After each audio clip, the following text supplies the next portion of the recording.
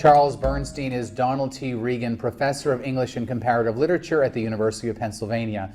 He is the author of over 40 books, most recently All the Whiskey in Heaven, Selected Poems, 2010, from Farrar, Straus, and Giroux, and Attack of the Difficult Poems, Essays and Inventions, University of Chicago Press, 2010. In 2006, Bernstein was elected a Fellow of the American Academy of Arts and Sciences. Says Bernstein, "I am professor of poetry. I take the term literally. I profess poetry in a society and often a classroom where poetry is at best a half-forgotten thing, something confined to the peripheries of cultural imagination, a once grand enterprise perhaps, but today eclipsed by more compelling media."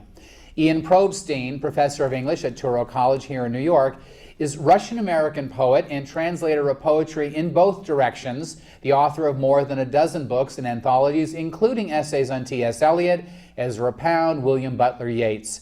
He has just published the translation of Charles Bernstein's War Stories in Foreign Literature, one of the oldest and most prestigious Russian magazines. In 2003, he published a bilingual edition of Ezra Pound with his introduction and notes, which was the best translation book of the year in Russia. Gentlemen, welcome to Breaking Through. Poets once deserved to be considered as seers and prophets. Do they still? I would believe that they are, as Shelley said, that they are legislators of the world. Emerson said that poets are seers and sayers. But first of all, in this society, poets are deserve to be heard in the first hand. A famous Shelley quote that you mentioned, poets are the legislatures of the world. Wonderful American poet George Oppen said the poets are the legislatures of the unacknowledged world. And then, of course, Rosemary Waldrop, not of course, but Rosemary Waldrop, wonderful contemporary poet, added to that she didn't want to be a legislator at all. There was a problem with the whole metaphor. I don't have such an exalted view. I think poetry is an art form, and is not better or worse than any other art form, screenwriting or pop songwriting or... How about rapping? Well, rapping is a kind of poetry, but certainly whatever, painting or any other art form. So it really depends on the poem and so on. I don't think poets are prophetic or not prophetic. I think it's a range of different possibilities. I think a lot of things that people associate historically with poetry are taken up by people who work in other media, especially in popular music. So I think what happens with poetry is that it changes over time, and it's radically transformed in our time from what it needed to be and what it was, in the historical past. So my answer is no. Maybe it's a good time to ask you this question. Why do you work in poems, both of you? I work in poems because I can't do very much else. It's one of these things where I'm able to kind of move words around and create sounds and so on, and I'm not so good at anything else. So I do it really, if I could do something else, I'm sure I would. What would you do if you could do something else? Well, if I could, for example, write music or operas, perhaps I'd do that. I'd work with the wonderful composers. Perhaps if I could run fast, I could have been a racer and so on. Okay, two options there. Painting. Yeah. How about you, Ian? I believe that poetry is multi-dimensional, unlike any other media, which is at best 3D. That's one thing. The other thing is, to quote ABC of reading, poetry is the most condensed form of expression. I would say that it's time and space condensed in images. So the economy adds to its power? Well, it's not exactly economy. It's polysemantic word. Word has many meanings, and that's a kind of another view at the world, perception of the world, if you. So it changes our perception at any given meaning, because there is no static meaning. You cannot establish. Meaning is changing. Meaning is as long as it has united with sound. That's why, well, I coined that to describe the poetry both of the Russian futurist Khlyabnikov and the great Russian poet Osip Mandelstam. They have sound meaning blended together. In Russian there is one compound word for that, sound meaning, звукосмысл. Good time to talk about meaning in poetry. Subjective, objective. Should it mean Or something? should Does it the have to kind mean that something? tells? Is it a mistake if it means something? Well, as I said, it means at every given point in a definite context. It has no fixed meaning. It should be expressed and interpreted as together with the reader and every generation. Meanings shift. And the best thing in any art, and in poetry in particular, is this shift of meaning, shift of convention. It's what, by the way, that's how language poetry started, with ostranenia, defamiliarization, shift, constant shift of meaning. So what is conventional should be at one or the other point overcome. It's a different type, in my view. I don't know how Charles agrees with that, anxiety of influence. It's a completely different thing. It's not just a psychological or Freudian thing. It's what Emerson once said. You take this fossil language and make it alive. That's how you overcome static meaning. And that's what poetry can do. Yes. Would you say that poetry, we have yet to hear from you on this, Charles, but would you say that poetry is more able to do that, this kind of flexibility of meaning or interpretation, much more so? And because I know that you teach literature, and do you allow the same flexibility for interpretation of, say, a short story or a novel as you might in poetry? Well, if we take James Joyce, that's poetry and prose and poetry, and that's by the way, yesterday was of course Bloomsday. 16th of June 1904 is where Ulysses was. The reference. Yes, of course, there is poetry and prose and poetry. Sure. What I think that it's a constant discovery. And that's what I encourage in my students as well. You know, I want to talk a bit about your relationship as the translator of Charles' poetry. Ian, how can you expect to capture the essential meaning of the poet that you're translating? And I thought this might be a good opportunity. You had something to read, I think, in both languages, yes? We might actually look at the nuances, differences between the two. Well, talk a bit about that. Ian talks a little bit about the significance of the Russian futurists. He mentions Victor Shklovsky's term ostrany, which would mean estrangement or taking things out of their familiar context and using them in an odd way. And you know, it might be better in terms of your question about meaning to think about what poems do than what they mean, how they work, rather than how you would translate them or paraphrase them. So one of the great models, which we're celebrating now the centennial of, just as we have this 100-year mark for Velimir Khlebnikov. Khlebnikov was the inventor of something called Zaum, which is a sense, or right, trans-sense would be I think the best way to translate Zaum. So it's beyond sense, but really it's like an abracadabra language. It's a made-up language, or a Jabberwocky language, to use the reference to Lewis Carroll that people tend to know. So it's the whole poem is in made-up language. So we thought we would read the Russian and then my translation of the English of this great poem on its 100th anniversary, Incantation by Laughter in English. Sounds great.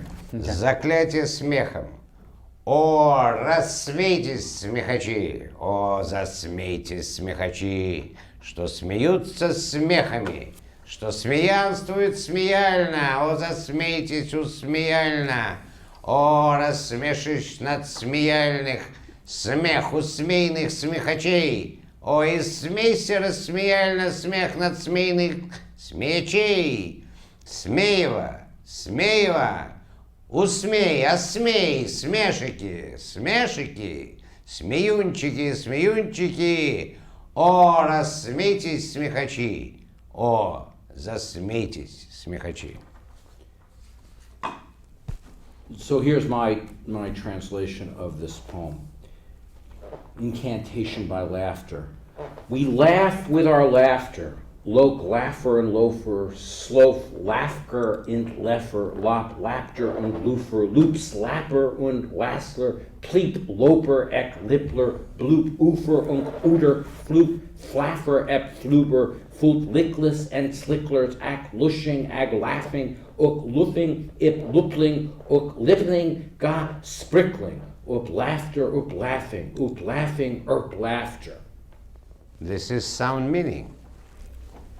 So for us, really, the poems work as much by sound and not necessarily by sound understood as representing something or saying something. The sound itself is liberated in some way from traditional senses of sense and meaning in Klebnikov, but in general, with much poetry, the rhythm and the sound is where the activity of the poem, where the poetic feeling lies. And so to be focusing too much on extracting a meaning from it can go against the ways in which the poems work So and you are look- most pleasurable. I understand. And you're looking to evoke an experience in the listener, are you not?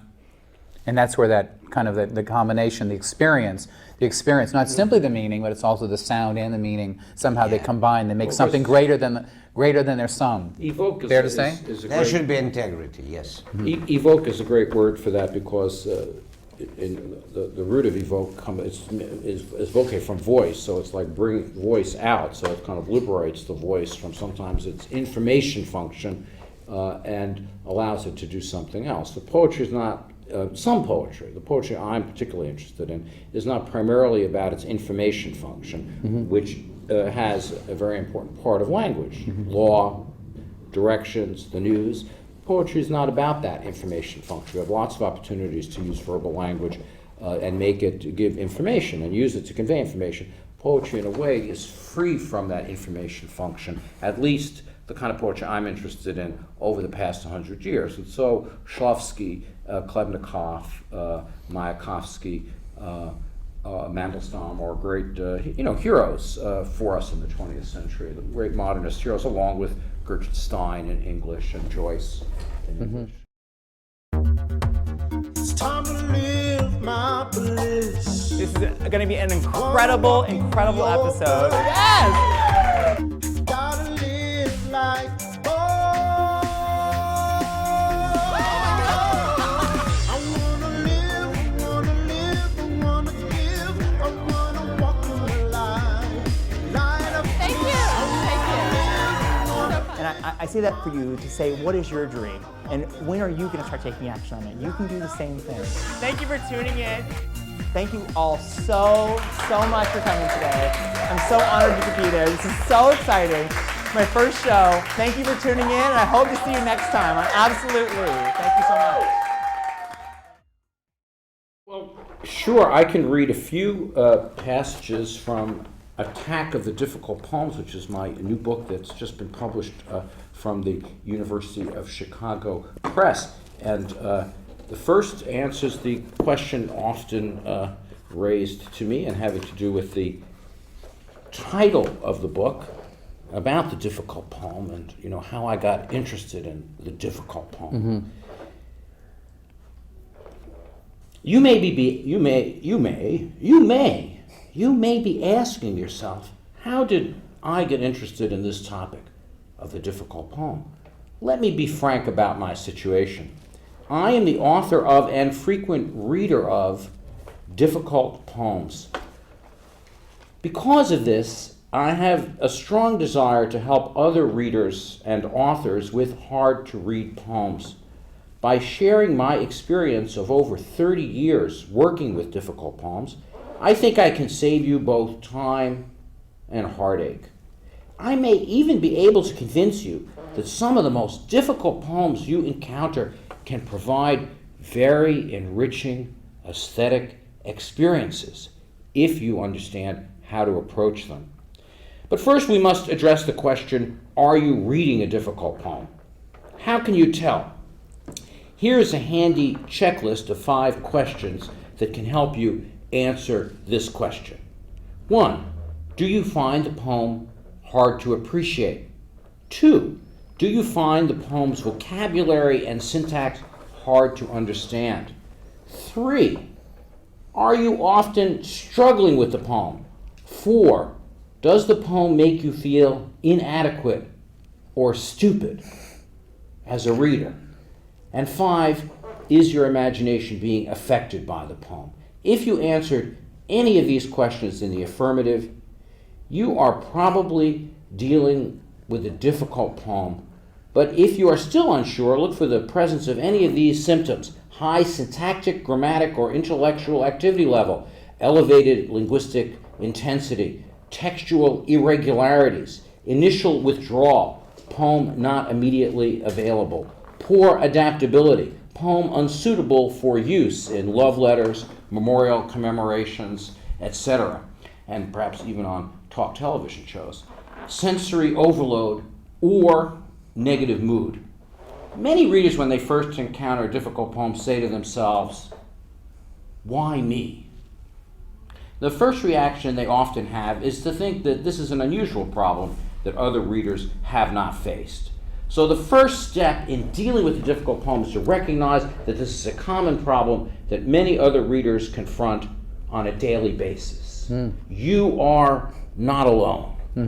So Bill, I hope that helps you with some of the issues that you're struggling with. So many people find poetry inaccessible and difficult, and my idea is, let's reach out in a self-help way, and let's try to make a connection between the reader and the poem. I really liked your reading of this because there was a certain measure of sarcasm in it. Sarcasm? Me? We just met. I have no idea, but I think it's fair. Well, no, I think sarcasm to make a point, and actually I really resonated with the idea about feeling stupid, because I was afraid. See, here's one of my fears about today, is that you guys are going to read some of these poems, and I'm going to actually say, well, what just happened? Or I'll have to find something to say intelligent or meaningful, and I won't be able to, or I'll think maybe could it ever be the poem? Is it? I mean, you never talk about bad poems in that introduction. Well, is there such a thing as a bad poem? I do talk about it in another essay that I have in here that was it's called Against National Poetry Month as such, and it's also a satiric view about putting forward poetry as if it's supposed to be something good for you, like bran flakes or like wholesome. Which to me is a way of turning people off to poetry, because they listen to popular music or television or movies, and those are all complex, difficult, emotionally, often violent, disturbing, and then poetry is supposed to be this kind of uplifting, affirmative thing, and it's very dull. So I say in that essay, I want poetry that's bad for you. Yeah. Maybe not this bad, but a lot of what I'm interested in as a poet is bad in a conventional way. In fact, let me read a poem that Ian, also known as Jan, when he came over here to the United States, they I thought he was actually on the give him a precipice of J reading instead him. of an I. Well, he wanted me to read this poem, Verdi and Postmodernism, which is itself initially, I thought, a rather incongruous and amusing title, since you don't associate Verdi, the great 19th century dramatic opera composer, with postmodernism. And this poem is in a certain way intentionally bad, as you'll hear, and yet it's perhaps so bad that it may not be so bad. And you remarkably translated that into Russian, so I'm reading this at your request. Yeah. You wrote me an email to say, Verdi and Postmodernism. She walks in beauty like the swans that on a summer day do swarm, and crawls as deftly as a spoon and spills and sprawls and booms. These moments make a monument, then fall upon a broken calm. They fly into more quenchless rages than Louis XIV's or Napoleon. If I could make one wish, I might overturn a state, destroy a kite. But with no wishes, still I gripe. Complaints, a godly given right.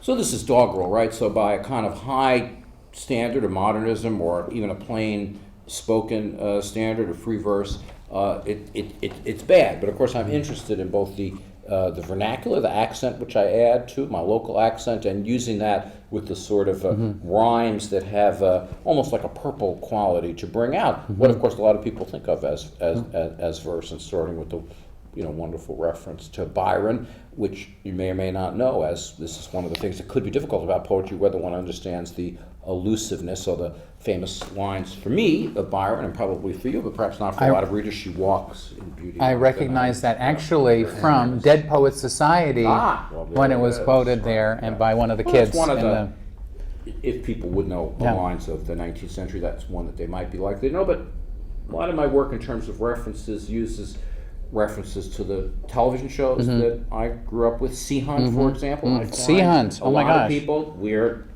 typing ourselves. But I think younger people It's a good tend not show. to know about Sea Hunt or Lloyd Bridges, but may know about Beau Bridges. Yes, they would. They would know about the children of Lloyd. But these are just things that I grew up with in the 50s. Gunsmoke, James Arness, who just died. So those references for me are very common, but and Byron. But I mix those different kinds of things, so nobody really could know all the different references. You can't. Yeah. There's not an assumption. One of the issues with difficulty is that if you imagine the readership to be 500 people in England in 1820, all of whom had read a canonical body of work, Exactly. a Greek classics and so on, then people would know the references. It used to be, up until I would say our generation, people could assume references to the King James Bible, and there were a lot of references to that. But I think even that is probably not so common, although I would suspect the Bible still remains. But it's TV shows that really kind Well, of, that's but what not, our but TV shows collective have a short, consciousness has attracted. have a short shelf life. I mean, the Beatles probably have a time that from the 60s to now people would recognize lines from that. I think the TV shows tend to be generationally fixed. So I don't know the TV shows that a lot of people watch now and vice versa. So I think it's impossible and not desirable to have this universal assumption that people will recognize things, so that the illusion, this is a favorite term of many of us, ALL, it's also is a kind of illusion, IL. Illusion is the reference to other works, which is inevitable, or other streets, or other, well, illusion usually refers to literary works, but there are all kinds of references which are not accessible to readers in a culture that we're in, which has so many different memories, histories, languages, especially in New York, which is such a mixed and wonderfully syncretic environment. Yeah. So that creates difficulty if you think you're going to understand it. Difficulty disappears when you don't think you need to understand it, when you're not trying to decipher something, but you just experience it as you might music or walking down the street. Yeah. You don't necessarily understand everything walking down the street. You make me think of, actually, as a phrase that comes to mind, the truth believed, however, is a lie. In other words, when we're so firmly ensconced in the belief that we understand something, Right. then we best believe that we don't really get it at all. I want to ask you what sort of thoughts you're having right now. Free associate.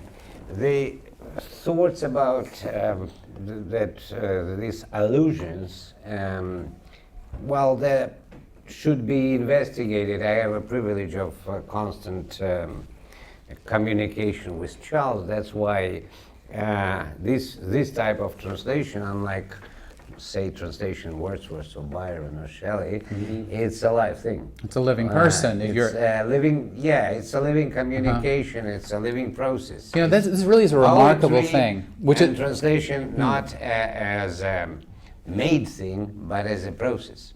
it's really remarkable, actually, when you're talking about Charles writes a poem in English, and Ian translates that poem with the intention of that poem and the imagery and so forth into another language. How do you do that? Well, it's not easy, of That's course. kinda- And Charles it's is hard to get your head especially around that. easy to translate because he plays on idioms and dissociation, I would say, of idioms. That such creation of such words like anti-melody or malcontent, which is actually bad content rather than displeasure or rebellion or whatever it is. And I from my experience as a poet and translator, I would say that a word as such is intranslatable or untranslatable. There is no such a, even a sound, there is no such a vehicle that can carry on from one language to another literally. And that's why I'm against literal translations as opposed, well, what many people in this country do. They also say that a translator of poetry is good when a translator of poetry is a poet himself or herself. But it's not the case. When I would say, if it's not the case, then why not translate essays or prose or something else?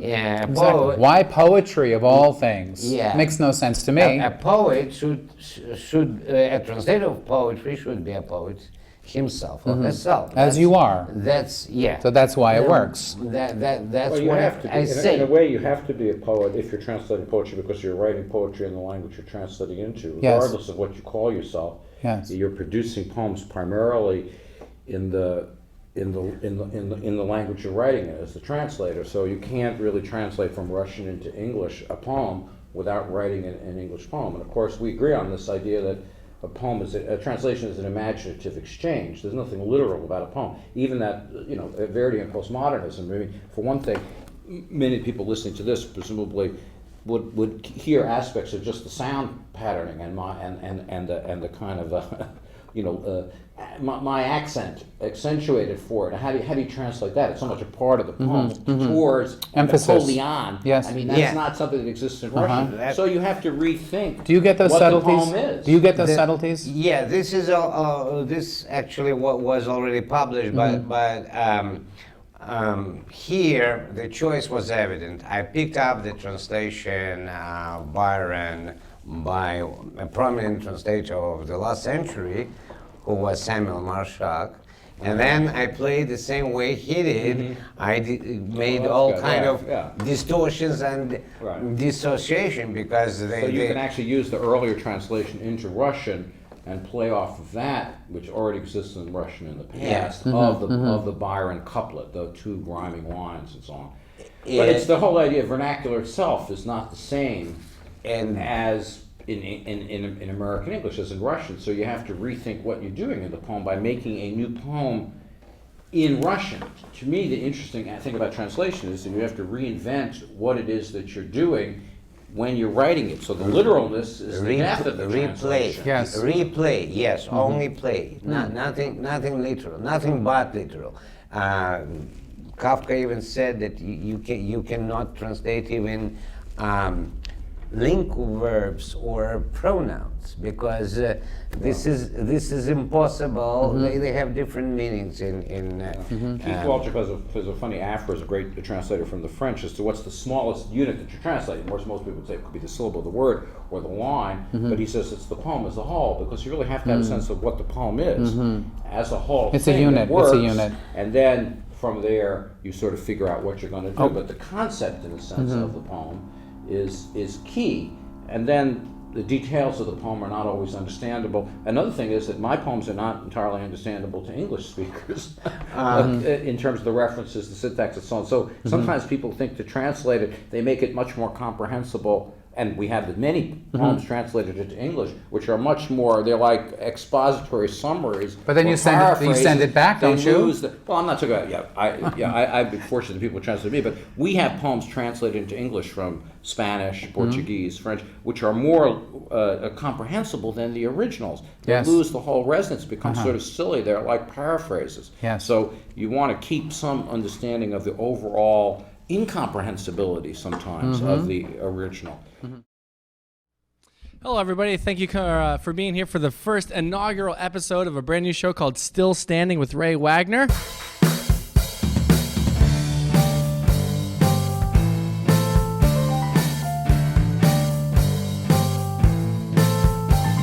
My mom actually has the recipe for diabetes. That's how deadly our food is. It's like, you know what? I don't think I have an eating problem. Well, your car is filled with White Castle wrappers and stuff. Really? I feel like a lesbian from like an 80s comic. I'm distracted right now. Honestly, I'm just hoping not to die alone so my cat doesn't eat my remains. You can't marry a deaf girl though, man. I don't want blood on my hands. The TV gets so bad actually in the future. At one point we just hand over a camcorder to a bunch of Guidos and watch them get hepatitis for 12 episodes. I want to thank everyone for being here. That's another episode of Still Standing for Ray Widener. I'm Ray Widener. Thank you guys so much. See you next time. You, Ray. Clap, everybody. I want to change gears just for a moment here and Okay. try something. This is kind of a bit of a Rorschach test on what poetry or poets mean. Let me read something. The poet gets us into the core of what it means to be a human being. Is that what poets do? Not in my opinion. I Feel think free to the- disagree. the It's concept- okay. Yeah, I mean the concept of the human is very troubling, and it's people often impose their universal conception of what the human is, and therefore treat all kinds of people that they don't think are acting that way as, how could I put it, non-human others. Perhaps this is a view of Jewish particularism versus Christian universalism, to take a big story and just put it in a famous phrase. So I worry about the use of the term human and what's meant. There are biological aspects that we have as Homo sapiens, of course.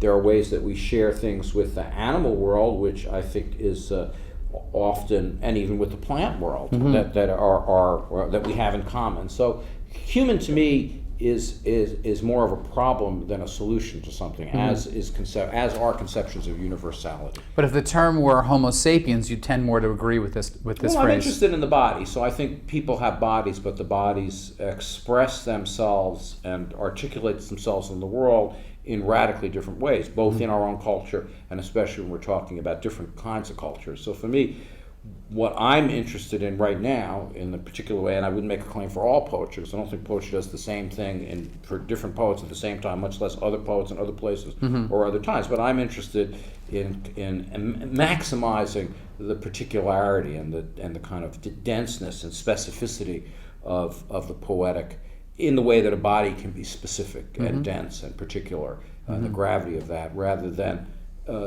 making kind of universal or generalized utterances about how things are or what people think or don't think and so on. So I'm interested in differences as much as I'm interested in things that are common, although I would say that it's our differences that we have in common, that people are very different, people have very many different conceptions, and that may be more what we have in common than these kind of generalized ideas such as the human. How about the rebellion and ironic detachment of poetry? I would say that poetry is a process. Is it what? A process. It's not I don't know. It's a constant investigation.